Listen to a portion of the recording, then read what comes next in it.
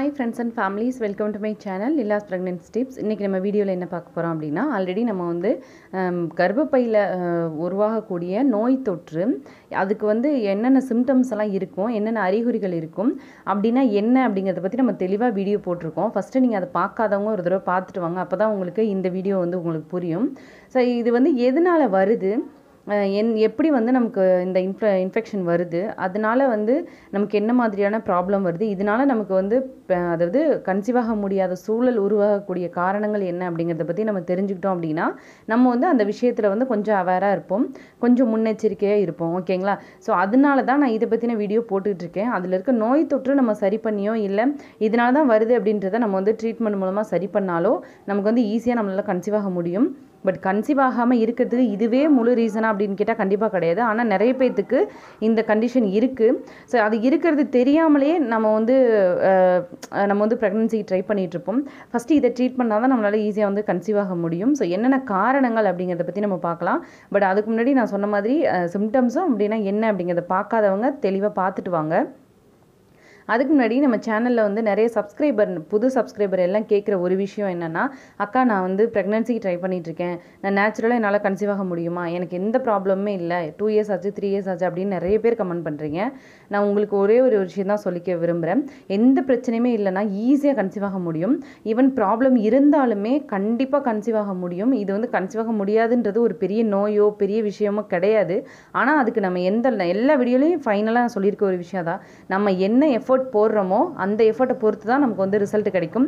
ஏன்னா நம்ம வாழ்கிற சூழல் வேறு, நம்ம எடுத்துக்கிற ஃபுட்டுலேருந்து எல்லாமே வந்து அன்ஹைஜீனிக்காக தான் இருக்குது. ஸோ நமக்கு வந்து ஒரு ப்ராப்பராக ஃபுட் டயட்டும் சரி, நார்மலாக நம்ம அது நிறைய விஷயங்கள் வந்து ஹெல்த்தியாக எடுத்துக்கிட்டோம், சில விஷயத்தை அவாய்ட் பண்ணோம் அப்படின்னாக்கா நம்மளால் ஈஸியாக கன்சீவ் ஆக முடியும். அது எல்லாமே நான் நேச்சுரல் ரெமடிஸ் எல்லாமே நான் போட்டிருக்கேன். என்னோடய கண்டிஷனுக்கு நான் எதெல்லாம் ஃபாலோ பண்ணி நான் வந்து கன்சீவ் ஆனேன் அப்படிங்கிறத பற்றியும் நான் வீடியோ போட்டிருக்கேன். ஸோ தயவு செஞ்சு அதை பார்க்காதவங்க ஒரு தடவை பாருங்கள். அதே மாதிரி நிறைய பேர் வந்து மெம்பர்ஷிப்பில் ஜாயின் பண்ணாமல் இருக்கீங்க. நீங்கள் ஜாயின் பண்ணிங்க அப்படின்னா ஈஸியாக என்னால் கான்வர்சேஷன் பண்ண முடியும், ஈஸியாக உங்ககிட்ட பேச முடியும். ஒரு சிஸ்டர் கேட்டீங்க உங்ககிட்ட நான் பேசணும் அப்படின்னு. ஸோ தயவு செஞ்சு மெம்பர்ஷிப்பில் ஜாயின் பண்ணுங்கள். உங்களோட டவுட்டை டேரெக்டாக கேளுங்க, நான் மெயில் சென்ட் பண்ணுறேன், அதில் உங்களோட டவுட்டை கிளியர் பண்ணிக்கலாம். ஓகேங்களா? வாங்க இன்றைக்கி வீடியோக்குள்ளே போகலாம். ஃபஸ்ட்டு பார்த்தீங்க அப்படின்னா நமக்கு எந்த மாதிரியான ப்ராப்ளம் வருது அப்படின்னு சொல்லி பார்த்தீங்க அப்படின்னா, நமக்கு வஜைனலில் வந்து இன்ஃபெக்ஷன் ஆகிருக்கும். இப்போ வந்து நம்ம யூடிஐ அப்படின்னு சொல்லுவோம் இல்லையா? ஸோ யூரினரி ட்ராக் இன்ஃபெக்ஷன், அது வந்து யூடிஐ வந்தாலே ஈஸியாக நம்மளுக்கு வந்து வெஜினல் இன்ஃபெக்ஷன் வரதுக்கு சான்சஸ் அதிகம். அதே மாதிரி பாக்டீரியல் இன்ஃபெக்ஷன் அதில் அது நம்ம வெஜினால் இருந்தாலும் நமக்கு வந்து பெல்விக், அதாவது கர்ப்பப்பையில் இன்ஃபெக்ஷன் ஆகிறதுக்கு சான்சஸ் அதிகம். அதே மாதிரி இப்போது குடல் வால் வந்து ரப்சர் ஆகிருக்கு. நிறைய பேர் வந்து இப்போ இது வந்து நம்ம காரணங்கள் தான் பார்த்துட்ருக்கோம் எதனால் அப்படின்ட்டு. இப்போது குடல் வால் வளர்ந்துருக்கும், அதை வந்து சர்ஜரி பண்ணி ரிமூவ் பண்ணாமல் அப்படியே நம்ம கேர்லெஸ்ஸாக விட்டுருந்துருப்போம். ஸோ அது ரப்சர் ஆகிருந்தாலையும் நமக்கு கர்ப்பப்பையில் வந்து பெல்விக் இன்ஃப்ளமேட்டரி டிசீஸ் வரதுக்கு காரணங்கள் இதுவும் ஒன்று. அதே மாதிரி நமக்கு பவல், அதாவது வயிறு குடல் சம்மந்தமாக இருக்கிற பிரச்சனைகள், கேஸ்ட்ரோ என்ட்ரைட்டிஸ் அப்படின்னு சொல்லுவோம். ஸோ அந்த பிரச்சனைகள் இருந்தாலும் நமக்கு வந்து ஈஸியாக கர்ப்பப்பையை வந்து நோய் தொற்று வர்றதுக்குரிய காரணங்கள் அதிகமாக இருக்குது. இன்னொன்று பார்த்தீங்க அப்படின்னா நம்ம வந்து சர்ஜரி பண்ணுவோம். ஓகேங்களா? சர்ஜரி ப்ரொசீஜர் அப்படின்னா இப்போ ஏதாவது நம்ம டயல்டேட் பண்ணணும், இல்லை க்யூரிட்டேஜ் பண்ணணும், இல்லை வந்து அபார்ஷன் பண்ணியிருப்பீங்க. இப்போது நான் நார்மலாக வந்து ஒன்று பேபி வேணான்னு அபார்ஷன் பண்ணியிருப்பீங்க, அப்படி இல்லைன்னா இன்கம்ப்ளீட்டாக இருந்திருக்கும், அதை கம்ப்ளீட் பண்ணுறதுக்கு சர்ஜரி மூலமாக ரிமூவ் பண்ணியிருப்பாங்க. ஸோ இந்த ப்ராப்ளத்தினாலலாம் இதெல்லாம் வந்து நமக்கு வந்து ஹைஜீனிக்காக இல்லை அது மூலமாக வந்து உங்களுக்கு ஒரு நோய் தொற்று வருது அப்படின்னாக்கா அது கர்ப்பப்பையில் நோய் தொற்று வந்து அது ரெக்கரண்ட் ஆகிறதுக்கு சான்சஸ் அதிகம் இருக்குது. இன்னொன்று பார்த்தீங்க அப்படின்னா நமக்கு வந்து ஐயுஐ ஐவிஎஃப் எல்லாம் பண்ணியிருப்போம். ஸோ ஐயுஐ பண்ணும்போது அதாவது இன்ட்ரா யூட்ரைன் இன்செமினேஷன் அப்படின்னு சொல்லுவோம். ஓகேங்களா? அப்போது அந்த டிவைஸ் யூஸ் பண்ணும்போது அங்கே வந்து நமக்கு ரப்சரோ இல்லை இன்ஃபெக்ஷனோ அந்த மாதிரி ஏதாவது ஆயிருந்துச்சு அப்படின்னா அது மூலமாகவும் பிஐடி வரதுக்கு சான்சஸ் அதிகமாக இருக்குது. இன்னொன்று பார்த்தீங்க அப்படின்னா நமக்கு வந்து ஃபெல்லோபியன் டியூப்பில் நான் ஆல்ரெடி வந்து நான் சொல்லியிருப்பேன் எக்டோபிக் ப்ரெக்னன்சினா என்ன அப்படிங்கிறத பற்றி, எந்தெந்த இடத்துலலாம் இருக்கும், அதாவது கருக்குழாயில் கருப்பையில் குழந்தை இல்லாமல் கருக்குழாயிலையோ இல்லை சினைப்பையிலையோ இல்லை அவுட் ஆஃப் யூட்ரஸை தாண்டி எங்கெல்லாம் வந்து எக்டோபிக் ப்ரெக்னென்ட் ஆகி இருக்கும், சான்சஸ் இருக்குது அப்படிங்கிறத பற்றி நான் வீடியோ போட்டிருப்பேன். ஸோ அதை பார்க்காதவங்க ஒரு தடவை பாருங்கள். பட் கண்டிப்பாக அதை வந்து பேசிக் நாலேஜ் அது எல்லாத்துக்கும் இருக்கணும். அது என்னெல்லாம் பண்ணக்கூடாதுங்கிறத பற்றி கண்டிப்பாக நான் வீடியோ போடுறேன். ஸோ ஃபெல்லோபியன் டியூப்பில் ஒரு வேளை கரு உருவாகி இருந்ததுன்னா, கரு உருவாகி நீங்கள் வந்து அபார்ஷன் பண்ணியிருக்கீங்க அப்படின்ற பட்சத்தில் அந்த இடத்துல ஒரு ஸ்கார் மாதிரி உருவாகிடும். அதாவது அங்கே வந்து ஒரு காயம்பட்ட இடம் மாதிரி ஸ்கார் மாதிரி உருவாகிடும். பார்ஷியலாவோ இல்லை டோட்டலாவோ அந்த இடமே வந்து ஃபுல்லாக அப்ஸ்ட்ரக்ஷன் ஆகிற மாதிரி இருக்கலாம். ஸோ அந்த மாதிரி இருந்தாலும் நமக்கு வந்து அங்கே இன்ஃபெக்ஷன் சரியாக மெடிசன் எடுத்துக்கல, ப்ராப்பர் மெடிசன் எடுத்துக்கல, ப்ராப்பராக வந்து ட்ரீட்மெண்ட் எடுத்துக்கல அப்படிங்கிற பட்சத்தில் அங்கே வந்து நமக்கு இன்ஃபெக்ஷன் ஆகிறதுக்கு சான்ஸ் இருக்குது. அது நாளடைவில் வந்து பிஐடியாக கன்வெர்ட் ஆகிறதுக்கும் சான்சஸ் இருக்குது. இன்னொன்று பார்த்தீங்க, இந்த காரணங்கள் தான் வந்து நமக்கு குழந்தை இல்லாமல் போகிறதுக்கு ஒரு மெயின் காரணம். ஏன்னா அங்கே நமக்கு ஆல்ரெடி இன்ஃபெக்ஷன் ஆகிருக்கு, ஆல்ரெடி அங்கே ப்ராப்ளம் இருக்குது. அப்படிங்கும்போது அங்கே நமக்கு வந்து ஒரு ஹெல்த்தியாக ஒரு ப்ரெக்னன்சி சக்ஸஸ் ஆகுமா அப்படின்றது கேட்டால் கண்டிப்பாக அது சான்சஸ் கம்மி தான். ஸோ இன்னொன்று பார்த்தீங்க அப்படின்னா, நார்மலாக பிஐடி அதாவது பெல்விக் இன்ஃப்ளமேட்டரி டிசீஸ் வரதுக்கு 85% ஒரே ஒரு காரணம் என்னன்னு சொல்லி பார்த்தீங்க அப்படின்னாக்க செக்ஷுவலி டிரான்ஸ்மிட்டட் பாக்டீரியா. அந்த பாக்டீரியா மூலமாக தான் நமக்கு அதிகமாக பிஐடி வரதுக்கு சான்சஸ் இருக்குது. ஸோ முடிஞ்ச அளவுக்கு அதில் வந்து கேர்ஃபுல்லாக இருக்க பாருங்கள். அதே மாதிரி நமக்கு வந்து இப்போது நமக்கு வந்து வெஜினால ஃபஸ்ட்டு வந்து நமக்கு பெண்ணுறுப்பு எடுத்துக்கிட்டிங்க அப்படின்னா ஸ்டார்டிங்கில் இருக்கிறது நமக்கு வந்து வெஜைனா தான். வெஜைனா மூலமாக சர்விக்ஸுக்கு போகும். சர்விக்ஸ் ரெண்டாவது பார்ட்டு. ஸோ சர்விக்ஸில் இருந்து நமக்கு யூட்ரஸ்க்கு போகும். யூட்ரஸில் இருந்து தான் ஃபெலோபியன் டியூப் அண்ட் ஓவரி. கீழேருந்து தான் நமக்கு ஈஸியாக வந்து நமக்கு தொற்று உருவாகும். அந்த மாதிரி இப்போ இன்கேஸ் இன்டர்னலாக நான் சொன்ன மாதிரி பவல் இன்ஃபெக்ஷனாக இருக்கட்டும், இல்லை அப்பண்டிக்ஸாக இருக்கட்டும், இதெல்லாம் ரப்சர் அப்பண்டிக்ஸாக இருக்கட்டும், சர்ஜிக்கல் அபார்ஷனாக இருக்கட்டும், இதெல்லாம் இருக்கிறது அப்படின்னாக்கா நீங்கள் உள்ளேருந்தே அதாவது நமக்கு இன்னர் ஆர்கன்ஸில் இருந்து நமக்கு ஸ்ப்ரெட் ஆகிறதுக்கு சான்சஸ் இருக்குது. அது இல்லாமல் இப்போ செக்ஷுவலி டிரான்ஸ்மிட்டட் பாக்டீரியா வந்து நமக்கு த்ரூ வெஜினா வழியாக தான் உள்ளே போகிறதுக்கு சான்சஸ் இருக்குது.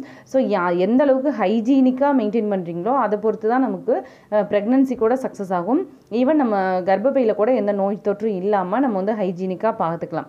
ஸோ இதுதான் வந்து பேசிக்கான விஷயங்கள். இது இல்லாமல் நம்ம வந்து ப்ராப்பராக வந்து இப்போ ஒயிட் டிஸ்சார்ஜ் பட்டுகிட்டே இருக்குது, நம்ம வந்து அதுக்கு ப்ராப்பராக வந்து ட்ரீட்மெண்ட் எடுத்துக்கல, இல்லை எல்லோ கலரில் ஒயிட் டிஸ்சார்ஜ் படுது, இல்லை அன்யூஷுவலாக ப்ளீடிங் இருக்குது, இல்லைனாக்கா நமக்கு காண்டாக்டில் இருக்கும்போது பெயின் இருக்குது, இந்த மாதிரி விஷயங்கள்லாம் வந்து நமக்கு ஒரு அறிகுறி தான். ஸோ இதெல்லாம் இருந்துட்டாலே நம்ம வந்து ஒரு முன்னெச்சரிக்கையாக நினச்சிட்டு ஓகே நமக்கு யூட்ரஸில் இன்ஃபெக்ஷன் இருக்குமோ அப்படின்னு சொல்லிட்டு நீங்கள் எடுத்துக்கலாம். ஸோ இதுக்கு ட்ரீட்மெண்ட் வந்து கண்டிப்பாக நான் நெக்ஸ்ட் வீடியோவில் அப்லோட் பண்ணுறேன். இப்போ பிஐடி இருந்துச்சு அப்படின்னாக்கா இப்போ மெடிசனாகவும் சரி இல்லை ஹோம்லேயும் சரி ஹோம்மேடாகவும் நீங்கள் என்ன ட்ரீட்மெண்ட்லாம் எடுத்துக்கலாம். எதெல்லாம் பண்ணீங்க அப்படின்னாக்கா ஈஸியாக வந்து கர்ப்பப்பையில் இருக்கிற அந்த இன்ஃபெக்ஷனை சரி பண்ணலாம் அப்படிங்கிறத பற்றி நான் போடுறேன். அதுக்கு முன்னாடி நான் ஆல்ரெடி போட்டிருக்கேன். இப்போ லாஸ்ட்டு 2 வீடியோஸ்க்கு முன்னாடி பார்த்தீங்க அப்படின்னா நான் வீடியோ போட்டிருப்பேன். அதில் வந்து எந்த மாதிரி எடுத்துக்கிட்டிங்க அப்படின்னாக்கா யூட்ரஸில் இருக்க அந்த பீரியட்ஸ் டைமில் எடுத்துக்கும்போது அந்த யூட்ரஸில் இருக்கிற இன்ஃபெக்ஷனும் சரி உள்ளே இருக்க கழிவுகளும் சரி ஈஸியாக வந்து நம்மளால் வந்து வெளியில் கொண்டு வர முடியும். ஸோ அந்த வீடியோவும் பார்க்காதவங்க ஒரு தடவை போய் பாருங்கள். நான் தம்ப்நெயில் வந்து தெளிவாக தான் வச்சுருப்பேன். அன்வாண்டடாக நான் தம்ப்நெயில் வந்து எடிட் பண்ண மாட்டேன். ஸோ உள்ளே என்ன விஷயங்கள் இருக்கோ அதை பற்றி தான் நம்ம ஃப்ரண்ட்டில் வச்சுருப்பேன். ஸோ நீங்கள் அதை ஈஸியாக உங்களால் சர்ச் பண்ணி பார்க்க முடியும். ப்ரெக்னன்சிக்கு ட்ரை பண்ணுறவங்களா இருந்தாக்கா நார்மலாகவே நீங்கள் இந்த ஓவலேஷனுக்கு என்ன எடுத்துக்கணும், இம்ப்ளான்டேஷன் சக்ஸஸாக என்ன எடுத்துக்கணும், நமக்கு வந்து அதே மாதிரி ஒயிட் டிஸ்சார்ஜ் பற்றி நிறைய பேர் நான் ஆல்ரெடி வீடியோ போட்டிருக்கேன். அதை பற்றி நிறைய பேர் ரிப்பீட்டட் கமெண்ட் வந்து ஒயிட் டிஸ்சார்ஜ் பற்றி தான். ஆக்சுவலி ப்ரெக்னன்சி அங்கே வந்து நமக்கு டேட் வரதுக்குள்ளேயே அதாவது நமக்கு கார்டு செக் பண்ணி பாசிட்டிவ் வரதுக்கு முன்னாடியே எப்படி வந்து நம்ம ப்ரெக்னன்சியாக இருக்குமா இல்லையா அப்படிங்கிறத ஈஸியாக கண்டுபிடிச்சிடலாம். எப்படி அப்படின்னு பார்த்தா ஒயிட் டிஸ்சார்ஜ் வச்சு நம்ம ஈஸியாக கண்டுபிடிச்சிடலாம். ஸோ அதை பற்றி நான் தெளிவாக 2-3 வீடியோ போட்டிருக்கேன். ஸோ உங்களுக்கு இன்னும் டவுட்டு கிளியர் ஆகலை அப்படின்னாக்கா கண்டிப்பாக நான் அடுத்தடுத்த வீடியோவில் வந்து நான் உங்களுக்கு போஸ்ட் பண்ணுறேன். நம்ம சேனலில் வந்து இந்த பிஐடி வந்து இந்த காரணங்களால மட்டும்தான் வந்து நமக்கு பிஐடி வந்து டெவலப் ஆகுது. நமக்கு பெல்விக் இன்ஃப்ளமேட்டரி டிசீஸ் வந்து சும்மா நார்மலாக அந்த மாதிரி கிடையாது. இது வந்து கண்டிப்பாக கவனிக்கக்கூடிய ஒரு விஷயம். இது வந்து ரெக்கரண்ட்டாக வரத்துக்கும் சான்சஸ் இருக்குது. ஸோ நம்ம எப்படி வந்து ஹைஜீனிக்காக வந்து நம்ம பிறப்புறுப்பும் சரி நம்ம வந்து ஹைஜீனிக்காக வச்சுக்கிறோம் அப்படிங்கிறத பொறுத்து இருக்குது. நம்ம சேனலில் வந்து ப்ரெக்னன்சி ரிலேட்டடாக வீடியோஸ் தான் போஸ்ட் பண்ணிகிட்ருக்கோம். நீங்கள் வந்து ப்ரெக்னன்சிக்கு ட்ரை பண்ணுறவங்களா இருந்தால் தயவு செஞ்சு மெம்பர்ஷிப்பில் ஜாயின் பண்ணுங்கள். உங்களுக்கு வந்து என்ன டவுட்டு உங்களுக்கு வந்து மெசேஜில் கேட்க ஒரு மாதிரி இருந்தாலும் நீங்கள் வந்து மெம்பர்ஷிப் ஜாயின் பண்ணிட்டீங்கன்னா நான் மெயில் சென்ட் பண்ணுவேன். ஸோ அதில் வந்து ஈஸியாக உங்கள்கிட்ட பேச முடியும். உங்களோட ப்ராப்ளத்தை வந்து என்கிட்ட சொல்ல முடியும். உங்களுக்கு விருப்பம் இருந்துச்சுன்னா ஜாயின் பண்ணிக்கோங்க. ஸோ என்னோட கண்டிஷனில் நம்ம என்னெல்லாம் வந்து நான் எல்லாம் ஃபேஸ் பண்ணி வந்தனோ அதை தான் வந்து உங்களுக்கு நான் வீடியோவை போஸ்ட் பண்ணிகிட்ருக்கேன். அது இல்லாமையும் நிறைய விஷயங்கள் வந்து உங்களுக்கு ப்ரெக்னன்சிக்கு ஹெல்ப் பண்ணுற விஷயங்கள் பற்றி தான் நான் டே பை டே அப்டேட் பண்ணிகிட்டு இருக்கேன். ஸோ என் சேனலில் வந்து ப்ரெக்னன்சி ரிலேட்டட் வீடியோஸ் மட்டும் தான் வரும். உங்களுக்கு வந்து இது மாதிரி வீடியோஸ் நிறைய வேணும் அப்படின்னாக்கா உங்களுக்கு நீங்கள் என்ன கண்டிஷனில் இருக்கீங்க, நீங்கள் என்ன ட்ரீட்மெண்ட் எடுத்துருக்கீங்க, உங்களுக்கு எந்த விதமான வீடியோ வேணும் அப்படிங்கிறதையும் கீழே கமெண்ட் பண்ணுங்கள். ஸோ என் சேனலை வந்து லைக் பண்ணுங்கள், ஷேர் பண்ணுங்கள், சப்ஸ்கிரைப் பண்ணி வச்சுக்கோங்க. நான் டெய்லி போடுற வீடியோ வந்து உங்களுக்கு அப்டேட் ஆகும். பெல் ஐக்கானை கிளிக் பண்ணி வச்சுக்கோங்க. ஸோ உங்களுக்கு வந்து நோட்டிஃபிகேஷனில் வரும். So thank you so much.